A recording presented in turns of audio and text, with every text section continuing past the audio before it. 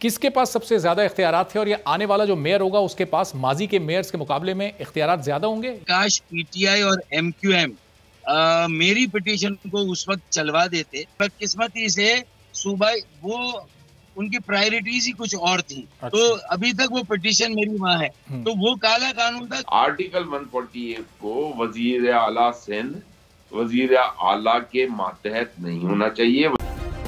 Subscribe करें और bell दबाएं ताकि कोई खबर रह न जाए। सिंध हुकूमत का मौक़िफ़ ये है कि हम तो इस पूरे बल्दियाती सिस्टम को एम्पावर करने जा रहे हैं, मेयर के इख्तियारात में बहुत ज़्यादा इजाफा हो जाएगा। आप खुद भी इस शहर के मेयर रह चुके हैं, फिर मुस्तफ़ा कमाल भी इस शहर के मेयर रह चुके हैं, वसीम अख्तर भी मेयर रह चुके हैं।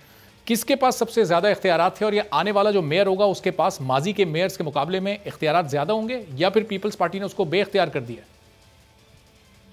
देखें, ये बात तो बिल्कुल अपनी जगह एक मुसम्मम हकीकत है कि 2013 का बल्दियाती कानून ही तकरीबन तमाम सूबों में एक काले कानून की हैसियत रखता है, इसमें तो कोई दो राय है ही नहीं। और असल झगड़ा ये है कि आर्टिकल 140A की ये सरीहन नफी है, उसकी खिलाफ वर्जी जो 2013 का है। और 2016 में मैंने एक पिटीशन डाली थी सुप्रीम कोर्ट में, अगर काश पीटीआई और एमक्यूएम मेरी पिटीशन को उस वक्त चलवा देते, ये फैसला कर लेते, तो एमक्यूएम का जो अभी आखिरी मेयर वसीम अख्तर साहब अभी जो गए हैं, तो वसीम अख्तर के जमाने में ये इख्तियारात मिल जाते, ये कसिया हल हो जाता। लेकिन बदकिस्मती से सूबा वो उनकी प्रायोरिटीज ही कुछ और थी। अच्छा। तो अभी तक वो पिटीशन मेरी वहां है, तो वो काला कानून था क्योंकि पानी उस वक्त तो आप खुद एमक्यूएम में शामिल थे, तो क्यों एमक्यूएम ने उस पिटीशन को नजरअंदाज किया फिर? इसलिए कि उस वक्त इलेक्शन हो रहे थे, 2018 तक सब इलेक्शन में भी मसरूफ थे। अच्छा। 2016 में मैंने पिटीशन डाल दी थी, हमें तारीखों पे तारीख मिलती थी, लेकिन जब पीटीआई भी इलेक्शन में जीत कर आ गई और हमारी पार्टनर बन गई यानी एमक्यूएम की, तो मेरा उसी वक्त एमक्यूएम से हटना हो गया। तो उसके बाद इन दोनों को मिलके फॉलो करना था ना। और मैं ये नसीहत भी करता था, वसीयत भी करता था कि अल्लाह के वास्ते ये कर लो, 2 साल रह गए हैं, और वरना आखिर में मगरमच्छ के आंसू बहाने पड़ेंगे, इख्तियारात का रोना रोते रहोगे, और लोग कहेंगे कि 53 खत एसी में बैठ कर लिखे, इख्तियारात नहीं थे तो 4 साल इख्तिदार में क्यों रहे? तो ये एमक्यूएम ने अपने पैर पे खुद ही कुल्हाड़ा मारा 4 साल बल्दिया में रह के। लेकिन मेरा कहना है, देखें, वाटर, सीवरेज, कचरा, तामीरात, मास्टर प्लान, ये सारे शोबे एक एक करके पीपल्स पार्टी 2013 में ले गई और कुछ कवानीन बना के ले गई। अब ये कुछ रह गए थे स्कूल और शोभराज मैटरनिटी अस्पताल, अब्बासी अस्पताल, और इसी तरीके से कराची मेडिकल डेंटल कॉलेज, जो मुंबई मेट्रोपॉलिटन के बाद वाहिद है। मेरे जमाने में मैंने बनाया था कराची मेडिकल डेंटल कॉलेज, अब ये भी ले गए। तो अब इसका मतलब है कि केएमसी के पास अब बचा क्या? एक नाम, कराची मेट्रोपॉलिटन कॉर्पोरेशन। तो मैंने ये मशवरा दिया है कि ये हमें कत्ल करते हो थोड़ा थोड़ा रोजाना, एक साथ हमें मार डालो और केएमसी का नाम चेंज करके कराची की जगह सिंध मेट्रोपॉलिटन। फारूक सत्तार साहब, ये अभी कुछ दिन पहले प्रोग्राम में सईद गनी साहब से गुफ्तगू हो रही थी, तो ये तमाम चीजें सिंध हुकूमत वापस करने को तैयार है, लेकिन वो कह रहे हैं कि हम तो इस बिल की मंजूरी से पहले भी अपोजिशन को दावत दे रहे थे, ये अपनी तरामीम लेकर आते नहीं है, ये सिर्फ दिखाने के लिए, बल्दियाती इंतखाबात की तैयारी के लिए एहतजाज कर रहे हैं। अच्छा चले, इन सब पे तो इल्जाम लगा दिया, तो मेरे पास तो ये खुद चल के आए थे ना, नासिर शाह और सईद गनी साहब। बिल्कुल। अच्छा, मुझे ये हुआ कि चलें, बेटर सेंस प्रिवेल कर रही है, ये अक्ल और शऊर से जिम्मेदारी से काम लिया जा रहा है कि सिंध एक हसास सूबा है, पाकिस्तान की मईशत का मरकज, तरक्की का इंजन कराची और सिंध, और इस सूबे में दही और शहरी सिंध की खलीज की और इनकी तकसीम की और आपस में लड़ाई झगड़े और फसादात की एक तारीख रही है। तो इसका मतलब है कि ये चाहते हैं कि इस आग को ठंडा किया जाए, इसमें पानी डाला जाए। एक सीनियर तजुर्बेकार कराची के बेटे के पास आए हैं जिसकी एक क्रेडिबिलिटी है, एक्सेप्टेबिलिटी है।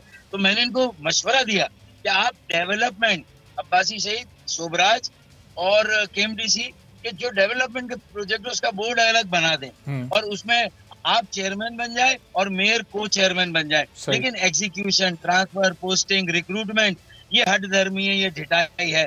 आप चाहते हैं कि हर शोबे, हर महकमे में अंदरून सिंध से लाकर अपने जियालों को, अब कराची के पहले वाटर बोर्ड में सबको हजारों की तादाद में भर्ती किया।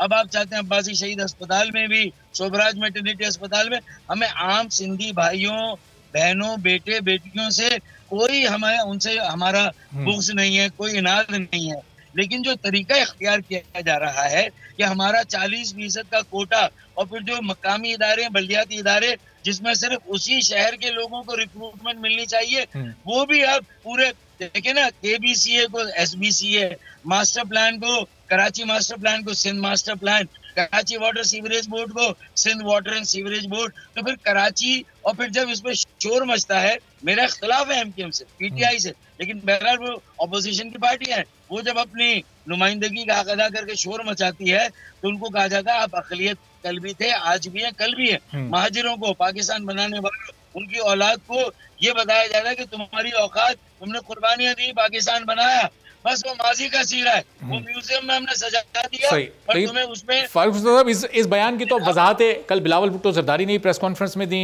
खुद मुख्तलिफ सिंध के वज़रा बता रहे हैं कि वो किस कॉन्टेक्स्ट में बोला गया था, ज़ाहिर है कहा किसी और ही कॉन्टेक्स्ट में गया था, लेकिन वो बाद में उसकी वजाहतें आई। ये जो दोनों सईद गनी साहब और नासिर हुसैन शाह साहब आपके पास आए थे, वो आपको कन्विंस करने आए थे कि ये इस बिल पर जो ये तब्दीलियाँ ला रहे हैं उस पर आप कन्विंस हो जाएं, हमारे साथ मिल जाएं, आने का मकसद क्या था इनका, और फिर आपकी तरफ से क्या जवाब मिला उन्हें?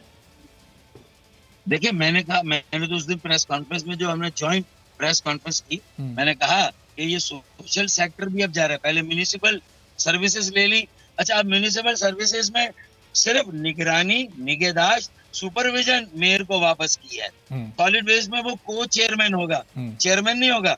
अच्छा, को चेयरमैन करेगा क्या, उसके एग्जीक्यूटिव इख्तियारात क्या है, वो डिफाइंड ही नहीं है, मतलब वो ऑब्जर्व करेगा, वो सिर्फ सुनेगा, सिर्फ बोर्ड का मेंबर होगा और अथॉरिटी सारी है तो स्टीयरिंग कमेटी या फिर वजीर बल्दियात के पास होंगी।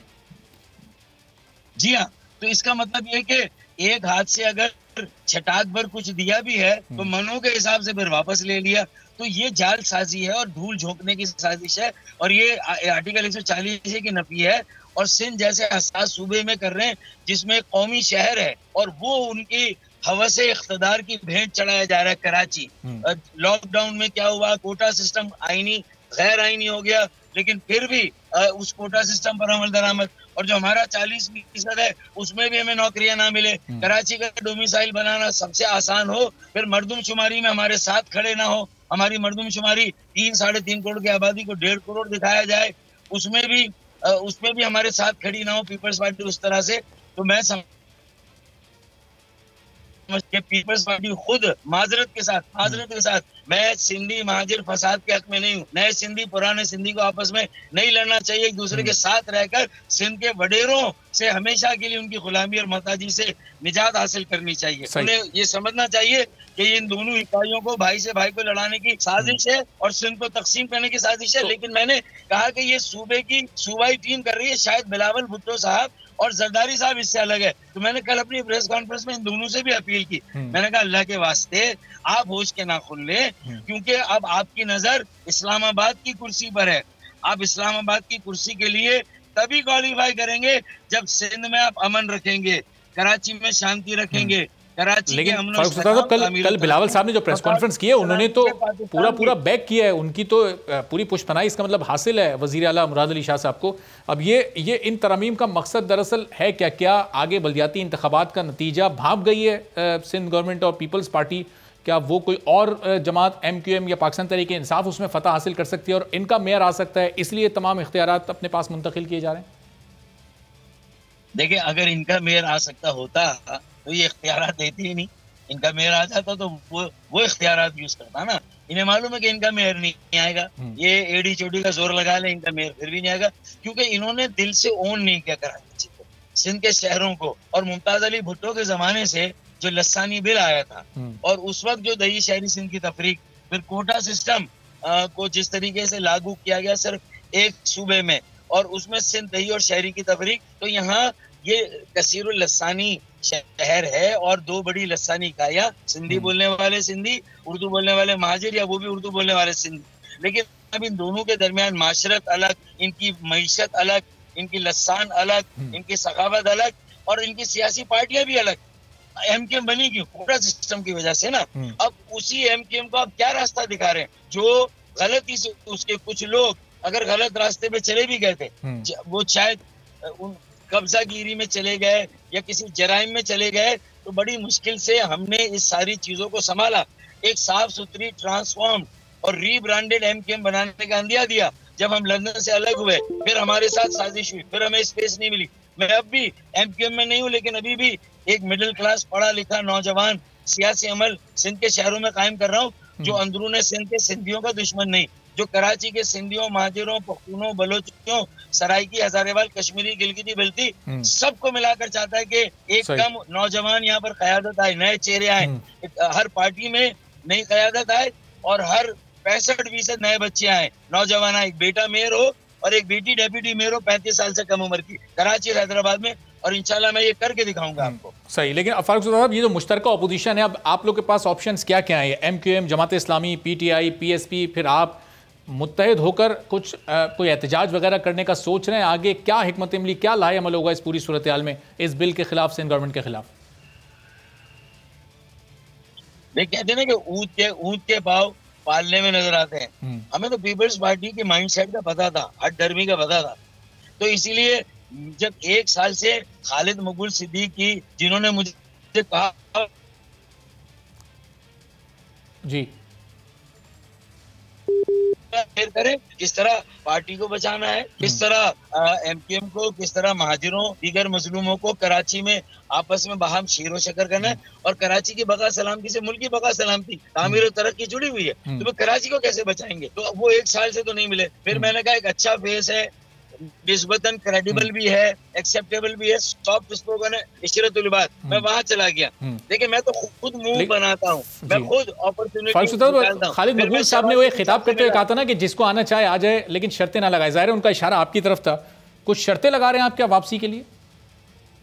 अरे भाई, शर्तें नहीं लगा रहे। एक पुराने तहरीकी साथी भाई, एक ताल्लुक, सिंध मेडिकल कॉलेज में पढ़े, तो अगर मैं अपना रोड मैप आपको दिखाऊं तो आप सुन ले, उस पर अमल ना करें। आप अपना रोड मैप बता दें, मैं बता दूं कि इसमें ये खामी है। आप अगर ये सुनना भी नहीं चाहते और मुझे ये समझते हैं कि भाई 17 ग्रेड की नौकरी है, अपॉइंटमेंट लेटर दे दिया, आप आ जाएं, ज्वाइनिंग दे दें, आपकी तनख्वाह वही तय कर ली जाएगी, 8 से 5 बजे तक आपके नौकरी के औकात हैं। ये सुलूक तो उस तरह का होता है जैसे कॉर्पोरेट सेक्टर में किसी मुलाजिम के साथ किया जाता है। मुझे कोई सरबराही नहीं चाहिए। मैंने नहीं कहा मुझे सरबराही, मैंने कहा भाई आप अब्बू हैं, मुझे ताया अब्बू चाचा जो आप बना दे मैं बन जाऊंगा, लेकिन खुदा के लिए मेरे बच्चों के मुस्तकबिल को महफूज कर लें। अल्लाह के वास्ते दीवार पे जो लिखा हुआ हर चीज में फोन कॉल का इंतजार। ये चचा या ताया अब्बू बनना चाह रहे हैं आप भाई तो नहीं बनना चाह रहे ना फारूक सत्तार साहब? जी भाई तो नहीं बनना चाह रहे ना आप? ताया अब्बू या चचा ही बनना चाह रहे हैं? इसमें से ही कुछ बनना पसंद करेंगे, भाई तो नहीं बनना पसंद करेंगे ना? देखिए, भाई की इंटरप्रिटेशन को लोग एक ही तरफ अगर ले जाते हैं तो गलत है। भाई और भाई, बड़ा भाई छोटा भाई, एक ऐसा रिश्ता है जो बराबरी के, चाचा भतीजा बराबर नहीं है, अच्छा। मामू भांजा बराबर नहीं है, लेकिन अगर मैं आपका भाई तो आप भी मेरे भाई, मेरे और आपके एक दूसरे पर बराबर के हुकूक हो गए। और चाचा भतीजे के बराबर के हुकूक नहीं है, मामे भांजे के नहीं है, बाप बेटे के नहीं है, माँ बेटे के नहीं है। तो फिर भाई के कल्चर को उस रेफरेंस में समझे। जो बदनाम है समाना, अगर हमारे पड़ोसी मुल्क में उस कल्चर को किसी ने बदनाम किया और उसी को लेके हम पे भी वही मंसूब किया जाता है, ये गलत है। हमारा कल्चर एक तहजीब है आपका, हम लफ्जों का इंतखाब, हम तहजीब, हम शाइस्तगी अपना दामन अपने हाथ से नहीं जाने देंगे। सख्त बात करेंगे, अपने मुसम्मम यकीन के साथ करेंगे, लेकिन किसी को बिलो दी बेल्ट जो है वो हम बिलो दी बेल्ट हिट नहीं करते हैं। ठीक है, अल्लाह का शुक्र है ये हमारा वो है। बहुत बहुत शुक्रिया। डॉक्टर फारूक सत्तार साहब हमारे साथ मौजूद थे और उन्होंने तहफ़्फ़ुज़ात, अपने खदशात से आगाह किया और उन्होंने बताया कि सईद गनी साहब, नासिर हुसैन शाह साहब खुद उनके पास मुलाकात के लिए गए और कोशिश की उन्हें कन्विंस करने की, लेकिन जो उनका जवाब था वो उन्होंने बिल्कुल दो टोक अंदाज में उनके सामने रख दिया। पाक सरजमीन पार्टी भी बहरहाल यहाँ की एक स्टेक होल्डर है, गो के कोई बहुत बड़ी कामयाबी वो आम इंतखाबात में हासिल नहीं कर सके थे, लेकिन इस बिल के खिलाफ ये अदालत जा चुके हैं। अरशद वोरा साहब पाक सरजमीन पार्टी के सीनियर रहनुमा हमारे साथ मौजूद हैं और उनसे उनकी पार्टी के तहफ़्फ़ुज़ात जानते हैं और ये जानते हैं कि किस किस नुक्ते को उन्होंने अदालत में इस बिल के चैलेंज किया है। अरशद वोरा साहब बहुत शुक्रिया, प्रोग्राम के लिए आपने वक्त निकाला।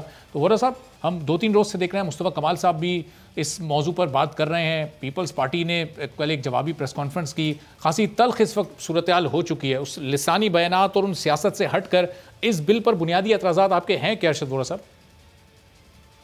बिस्मिल्लाहिर्रहमानिर्रहीम। देखिए, बात इस बिल पर बुनियादी एतराज़, इस बिल पर क्या 2013 के बिल पर हम लोगों को को एतराज था, और उसके लिए अगर आपको याद हो, जिस दिन से पाक सरजमीन पार्टी वजूद में आई है, पाक सरजमीन पार्टी बनी है, उस दिन से ये बात हो रही है। ये कोई ऐसा नहीं है कि हम आज ये बात कर रहे हैं, हम उस वक्त से ये बात कर रहे हैं कि 2013 के जो लोकल बॉडीज एक्ट है वो भी ठीक नहीं है, वो एक्सेप्टेबल नहीं है। आपको 2002 का जो लोकल बॉडीज एक्ट था उस पर जाना होगा, और उसमें भी अमेंडमेंट्स चाहिए। उसमें भी देखें अमेंडमेंट्स ये चाहिए।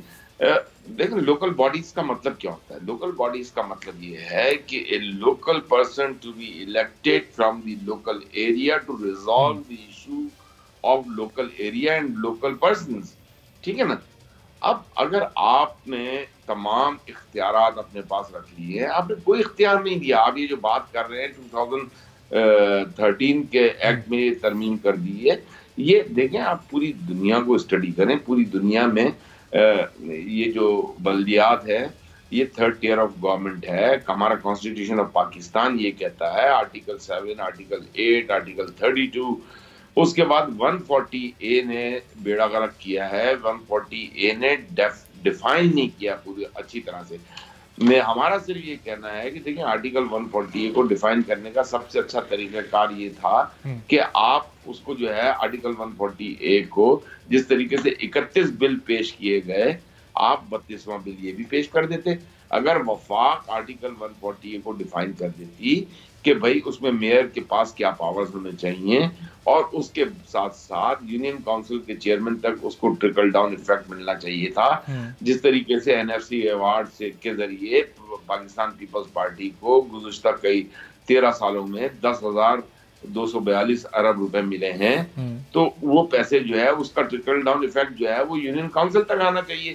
तो फिर आपने 13 सालों इसका मतलब अरशद साहब वो जो वसीम अख्तर साहब के 4 साल गुजरे, जिसमें ज़ाहिर है वो बताते थे कि उनके पास इख्तियारात नहीं है, लेकिन उस वक्त पाक सरजमीन पार्टी और मुस्तफ़ा कमाल साहब उन पर बहुत तनकीद किया करते थे कि ये हर वक्त इख्तियारात का रोना रोते हैं। कुछ काम ऐसे होते हैं इसके लिए इख्तियारात की नहीं, विल की ज़रूरत होती है। फिर वो एक पूरा कचरे वाला भी एपिसोड हुआ जिसमें मुस्तफ़ा कमाल साहब को एक रात में रखा गया, दूसरी सुबह फारिग कर दिया गया। तो वो फिर उस वक्त आपकी तनकीद गलत थी। वाकई मेयर वसीम अख्तर एक बेबस मेयर थे। देखें हम उस वक्त भी ये बात कर रहे थे कि 2013 का जो एक्ट है लोकल बॉडीज का वो एक्ट ठीक नहीं है। उस वक्त भी हम ये बात कर रहे थे, लेकिन हम तो ये कह रहे थे कि जिसके जिम्मे जो जिम्मेदारी है उस जिम्मेदारी को कम से कम ईमानदारी से पूरा तो किया जाए। अब आपके पास पूरे घर में अगर 10 कमरे हैं और 3 कमरे का इख्तियार दिया है, 10 का नहीं दिया, तो उस 3 कमरों को तो सही परफॉर्म कर लें। मुस्तफ़ा कमाल ने जब कचरे का इशू आया था और उस पर जब बात की थी, तो आपको याद होगा 24 घंटे भी नहीं गुजरे थे, मुस्तफ़ा कमाल तो रात को 2 बजे वहां पहुंच गए थे। उन्होंने तो अपना काम शुरू कर दिया था, और वो 1 महीने तक रहता वो नोटिफिकेशन, तो मुस्तफ़ा कमाल तो अपना काम करके दिखा देते आवाम को कि काम करने के लिए विल चाहिए, किरदार चाहिए। मुस्तफ़ा कमाल कैन डिलीवर, मुस्तफ़ा कमाल has delivered in the past. यहाँ बात आ रही है कि इस एक्ट में है क्या। देखिए इस एक्ट का सबसे बड़ा जो रोना है वो ये है कि बाय बर्थ जो इंस्टीट्यूशंस कराची म्युनिसिपल कॉर्पोरेशन के थे, जिसमें सबसे बड़ा KIHD था, दूसरा Karachi medical and dental college. Karachi medical and dental college की डिग्री इस वक्त जो है उसकी बड़ी अहमियत हो गई है, तालीम का मयार वहाँ पे बेहतर है। अब जो DMCs और SMCs और उसके अलावा दूसरे प्राइवेट इंस्टीट्यूशन में लोग जाते हैं, तो कराची के लोगों को यहाँ पे एडमिशन मिल जाता था, कराची के तालिब इल्मों को यहाँ पे एडमिशन मिल जाता था। आज पीपल्स पार्टी ने उसको अपने हाथ में लिया है। पीपल्स पार्टी ने KIHD और अब्बासी शहीद की खातिर नहीं लिया है, उन्होंने KMDC की खातिर लिया है। अच्छा। और वो वहां पर वही सिलसिला फिर शुरू करना चाहते हैं जिस तरीके से सब ये जाहिर है PTI जमात इस्लामी और इनके साथ साथ आप भी अपनी इनफरादी हैसियत में, आप लोग की तमाम जमातें अदालत गई हैं। अदालत में आपने किन पॉइंट्स को चैलेंज किया इस बिल के? देखिए अदालत में हम जो गए हैं, हम ये कह रहे हैं कि आर्टिकल 140A को पूरा डिफाइन होना चाहिए। अच्छा, ठीक है ना। आर्टिकल 140A को वजीर आला सिंध वजीर आला के मातहत नहीं होना चाहिए। वजीर आला या कोई भी सूबे, किसी भी सूबे का वजीर आला, किसी भी सूबाई, कोई भी सूबाई हुकूमत उसको अपनी मर्जी से अपने हिसाब से जिस तरीके से वो उसकी तशरीह कर ले, ये तरीका गलत है। डिफाइन होना चाहिए 140A को। देखिए 31 बिल अभी PTI ने पास किए, 32वां ये बिल भी पास कर लेते, 4 लाइनों के बजाय आर्टिकल 148 को अगर 4 पेज में कन्वर्ट कर देते तो ये पास हो जाता। तो फिर सन गवर्नमेंट की ये मजाल नहीं थी कि वो इस आर्टिकल के तहत अपना खिलवाड़ करती। वो 140A में क्या डिफाइन करना है ये मैं आपको बताता हूँ। 140A में मेयर के पास जो इख्तियारात होने चाहिए, मेयर के अंडर में जो महकमात आने चाहिए, वो 140A में पूरा लिखा जाना चाहिए। उसके बाद जिस तरीके से नेशनल फाइनेंस कमीशन जो है, जिसने 13 सालों में 10,242 अरब रुपए दिए पीपल्स पार्टी को, उस 10,242 में कराची के या हर सिंध के हर यूनियन काउंसिल के चेयरमैन का उसमें हक है